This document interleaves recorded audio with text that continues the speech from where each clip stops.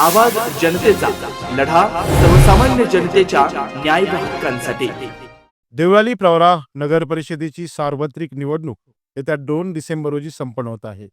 या निवडणुकीसाठी नगराध्यक्ष पदासाठी बहुजन समाज पार्टीच्या वतीने देवळाली प्रवरा परिसरात सामाजिक धार्मिक कार्यात अग्रेसर असलेले व्यक्तिमत्व आणि बहुजन पार्टीचे जिल्हा सचिव चंद्रकांत धोंदे यांच्या पत्नी अश्विनी चंद्रकांत धोंदे ह्या उमेदवारी करत आहे.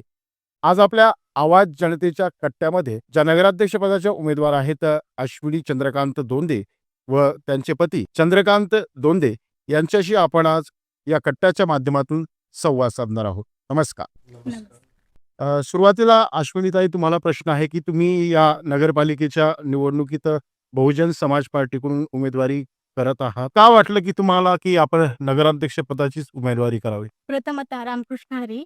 मी अश्विनी चंद्रकांत धोंदे, बहुजन समाज पार्टीच्या वतीने मी देवळाली नगर परिषदच्या अध्यक्षपदासाठी उमेदवारी केली आहे. त्यामागे असं कारण आहे की मला महिलांसाठी खूप काही करण्याची इच्छा आहे. त्यांच्या खूप अडचणी आहेत. सामान्य महिला आहेत. जीवनामध्ये खूप काही संकटांना त्यांना सामोरे जावं लागते, की नाही का, त्यांना ज्या समस्या येतात पण त्यांना त्या कोणाशी बोलावं, कोणासोबत मांडावं, कोणाशी शेअर करावं, ह्या गोष्टी त्यांना अजूनपर्यंत म्हणजे काहीच नॉलेज नाही. कारण मी माझ्या स्वतःवरून उदाहरण घेते. मी पण अजून कोणत्या क्षेत्रात नाहीये, पण मला पण स्वतः काही संकटाला मी पण तोंड दिले. त्यानुसार मला असं वाटते की मी पण काहीतरी करण्यात सक्षम व्हावं. जे बहुजन समाज पार्टीच्या अध्यक्षा मायावती बहन कुमारी यांचे पण मी खूप काम कर्तृत्व हे बघितलंय. त्यानुसार मला पण असं वाटते की आपण पण काहीतरी केलं पाहिजे. प्रत्येक महिलांनी असं समजलं की आपण घरातलंच बघू, हे लेकरं बघू, असं करू, तसं करू.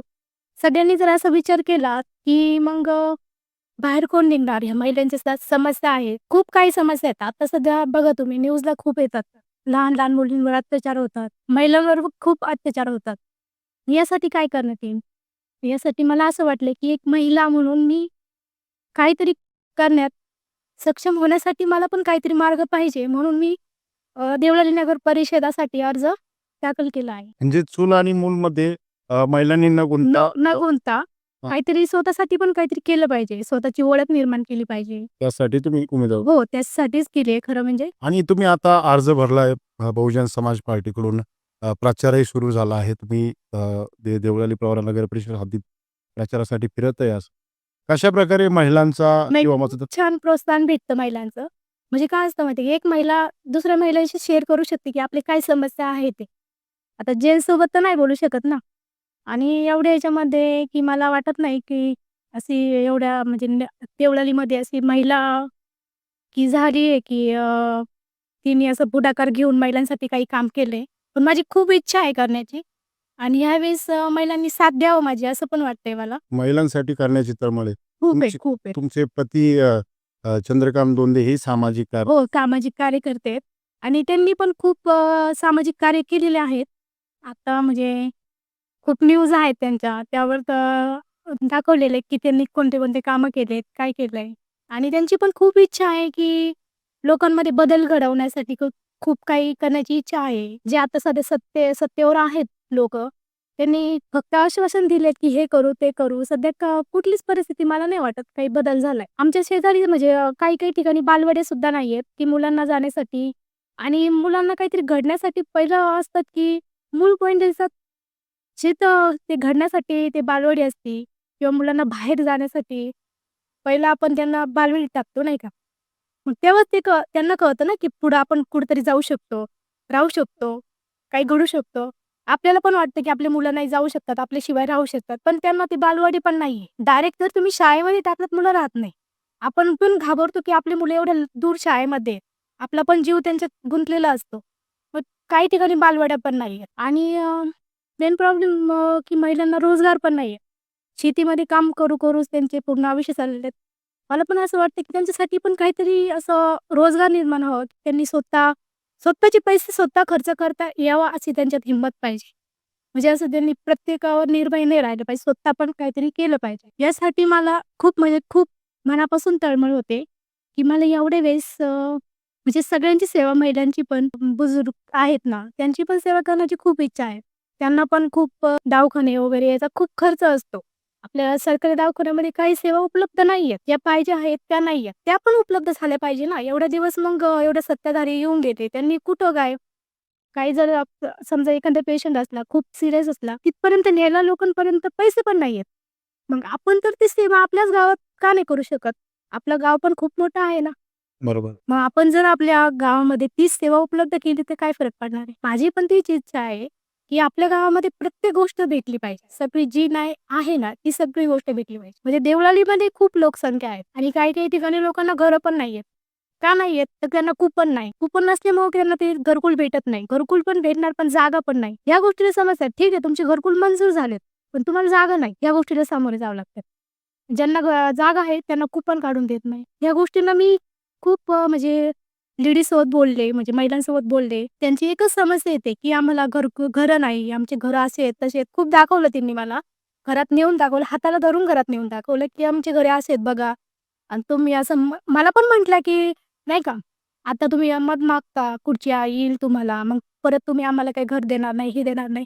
ठीक आहे, मी पण म्हटले, तुमचं म्हणणं पण बरोबर आहे. याच्या पहिलं जे होते त्यांनी हेच केलं. तुमची माझ्याकडून पण तीच आशा असणार, पण ते मला नाही वाटत मी जे पहिल्या लोकांनी केलंय ते मी नाही करणार.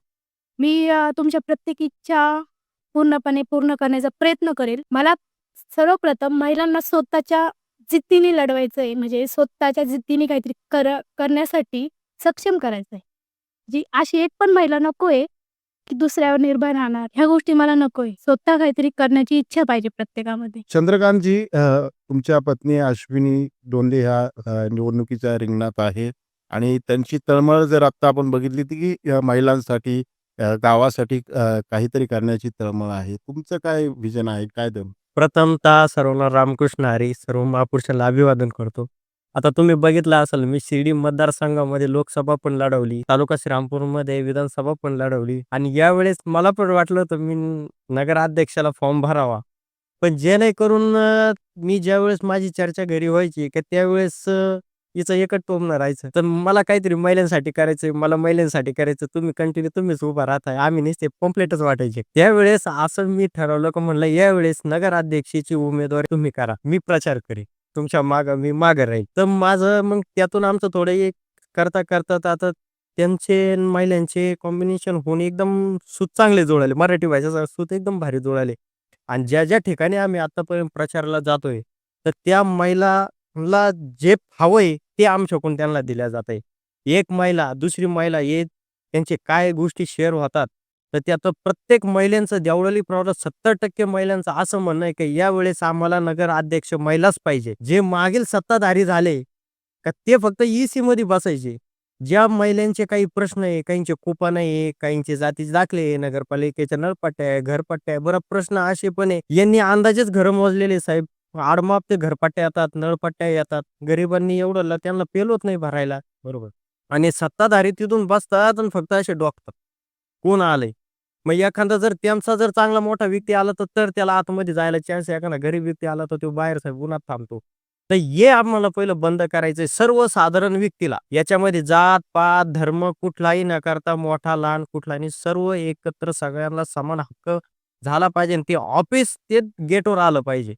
नगराध्यक्ष गेटवर बसला पाहिजे खुर्ची टाकून. हे आम्हाला तिथं ताकद तयार करायची साहेब. एसी मध्ये बसून नाही. एसी मध्ये बसलं तर लोकांचे प्रश्न सुटणार नाही.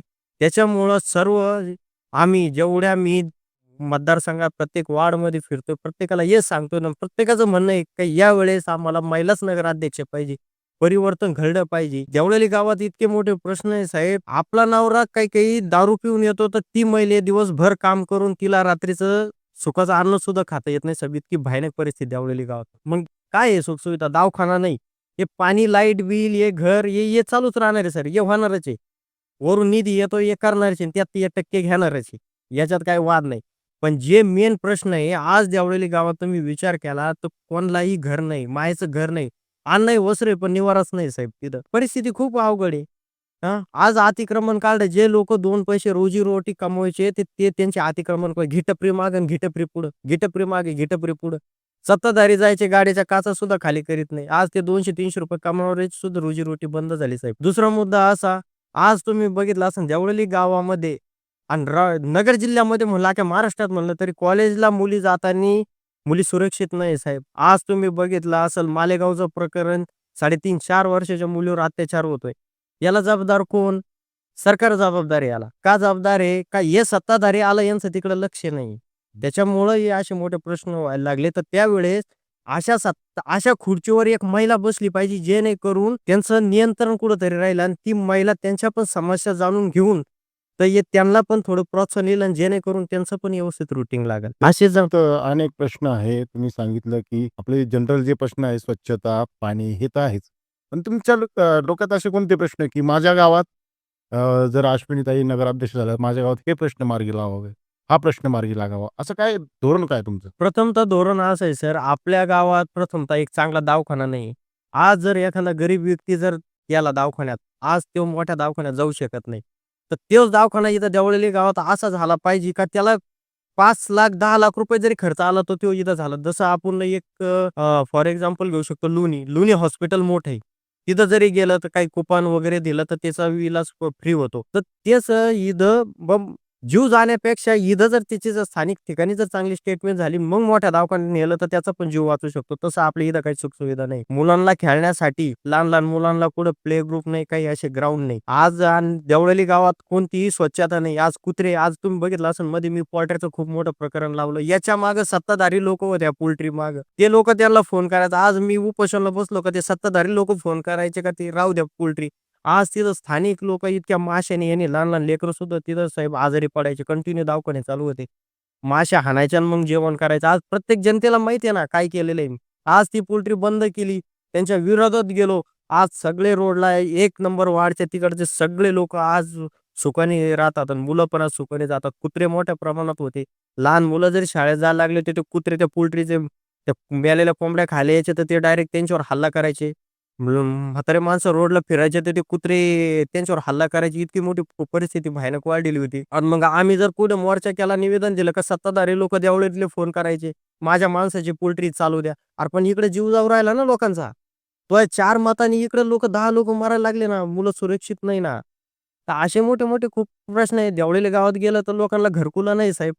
तर माझी एक अशी इच्छा आहे, मी खर्चानी प्रत्येकाला तुम्हाला सांगतो 1 आरके सुद्धा देवळाली 5 वर्षात जर यावेळेस मला जर सत्ता जर भेटली, अश्विनीताईंना जर तुम्ही जर साथ जर दिली, तर देवळाली गावात बेघर कुणी राहणार नाही. ही माझी जबाबदारी.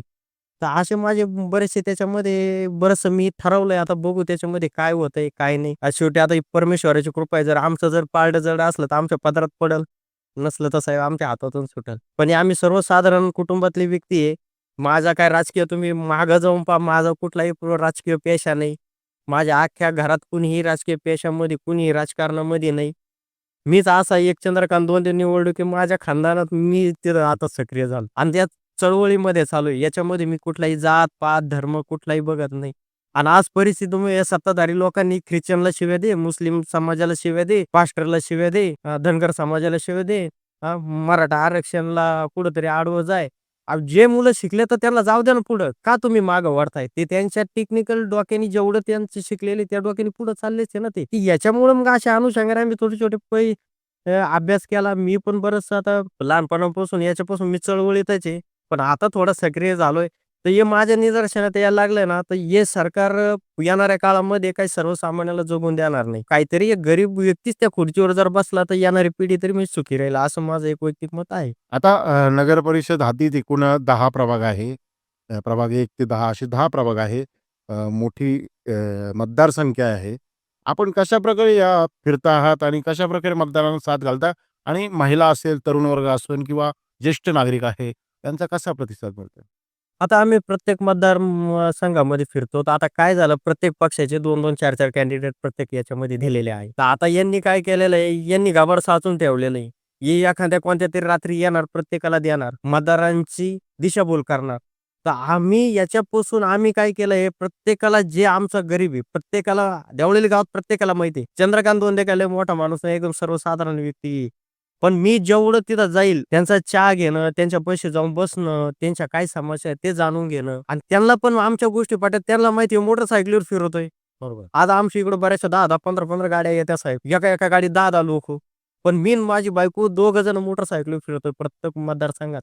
लोकांना पण कळतं, लोक पण काही एवढे काही येडे नाही साहेब. त्यांना कळतं आज अरे हे काय आहे? तर आम्ही प्रत्येकापाशी जातो, हात जोडून प्रत्येकाला विनंती करतो आणि प्रत्येकाचा इतका छान प्रतिसाद भेटलाय सर, परमेश्वराच्या कृपेने इतका छान प्रतिसाद भेटतोय की यावेळेस तुम्हाला सांगतो नक्की सत्यात परिवर्तन होणार. धनशक्तीच्या विरोधात जनशक्ती चालू आहे साहेब आमची. मतदारांना तुम्ही काय आवाहन कराल की का अश्विनीताई दोंदे यांना निवडून द्यावं? आता प्रथमतः तुम्हाला माहित आहे आमचा बहुजन समाज पार्टीचा असा आहे का आमच्या राष्ट्रीय अध्यक्ष आदरणीय बहीणकुमारी मायावती या तुम्ही बघत असाल, एकट्या लेडीज असून 4 ते 5 वेळेस मुख्यमंत्री राहिलेल्या आहेत तर त्या पण लेडीजच होत्या. त्या पण खूप समाजामध्ये प्रत्येक समाज जाती धर्मात सगळीकडे वावरल्या, पण त्यांनी कुठलाही प्रकारे जात धर्म काही नाही केला, सगळ्यांना एक सामावून घेतलं आणि आम्ही पण त्यांच्याच विचारावर आज चाललोय, महापुरुषांच्या विचारावर चाललोय. तर आता आमच्याकडे साहेब काय नाही, पण आमच्याकडून जेवढं समाजाला देता येईल, आता आमच्याकडे फक्त एवढंच आहे. तर जेवढं समाजाला आमच्याकडून देता येईल तेवढं देईन. यावेळेस प्रत्येक माझ्या सगळं मायबाप, बंधू भगिनींना सगळ्यांना माझी विनंती आहे का माझा बहुजन समाज पार्टी पक्ष आहे आणि माझं चिन्ह हत्ती. यावेळेस तुम्ही नक्की सत्यात परिवर्तन करा आणि एक गरीब घराण्यातला, तळागाळातला व्यक्ती, लोकांचे काम करणारा व्यक्ती. आता आम्ही दोघं पण कामाला जातो, असं काही नाही. कापूस वेचतो, मध्ये पाऊस चालू होता किती मोठा, एकही सत्ताधारी आले ना आम्ही स्वतःने खोऱ्यानी पाणी काढून दिलं शेतकऱ्यांचं. शेतकऱ्यांनी साहेब दिवाळी पण नाही झाली आणि आम्ही दिवाळी नाही केली. आम्ही स्वतः सुद्धा घरात एक कपडा सुद्धा घेतला नाही. का शेतकऱ्यांची दिवाळी नाही, बऱ्याचशा लोकांची पिकाची नुकसान झाली, कपाशीचं नुकसान झालं, सोयाबीनची नुकसान झाली. मग आपण का दिवाळी करायची? हा मोठे मोठे 10-10, 20-20 हजार लोक फटाकड्यानं रात्रभर आवाज चालू होता. पण आता आम्हाला ती तळमळ आहे ना साहेब, आम्ही गरिबी बघितली ना. मी या गरिबीतून आम्ही पण दोघांनी विचार करून, घरातून विचार करून आता समाजासाठी प्रत्येक ठिकाणी हिंडतोय साहेब. बाकी आता सगळ्यांची तुमची इच्छा, तुम्हाला काय करायचं यावेळेस, मोठे माणूस द्यायचा आहे का तुमच्यासारखा सर्वसाधारण व्यक्ती द्यायचा आहे?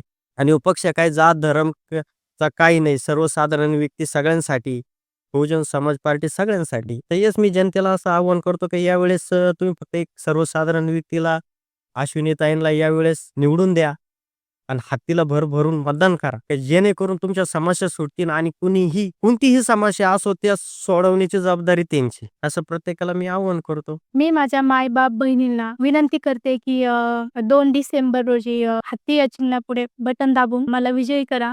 मी सर्वसाधारण कुटुंबातील एक महिला आहे. मला पण सर्व महिलांचे किंवा सर्व मायबाप काम करण्याची संधी द्या. एवढीच माझी विनंती आहे. निश्चितच एक सर्वसामान्य कुटुंबातील व्यक्तिमत्व चंद्रकांत दोंदे यांच्या पत्नी अश्विनी दोंदे या उमेदवारी करत आहे. एक महिलांबद्दल गावासाठी काहीतरी करण्याची तळमळ या दाम्पत्याची आहे. म्हणूनच त्यांनी आवाहन केलं की आम्हालाही या सत्तेत बसायचं, या खुर्चीवर बसायचं, अशी तळमळ त्यांनी आपल्या मुलाखतीतून व्यक्त केली आहे. आपण दोघेही आवाज जनतेच्या या कट्टराला आपले मनापासून आभार. धन्यवाद. नवनवीन घडामोडी आणि सत्य बातमी पाहण्यासाठी आजच आमच्या YouTube चॅनलला सबस्क्राईब करा, शेअर करा आणि लाईक नक्की करा.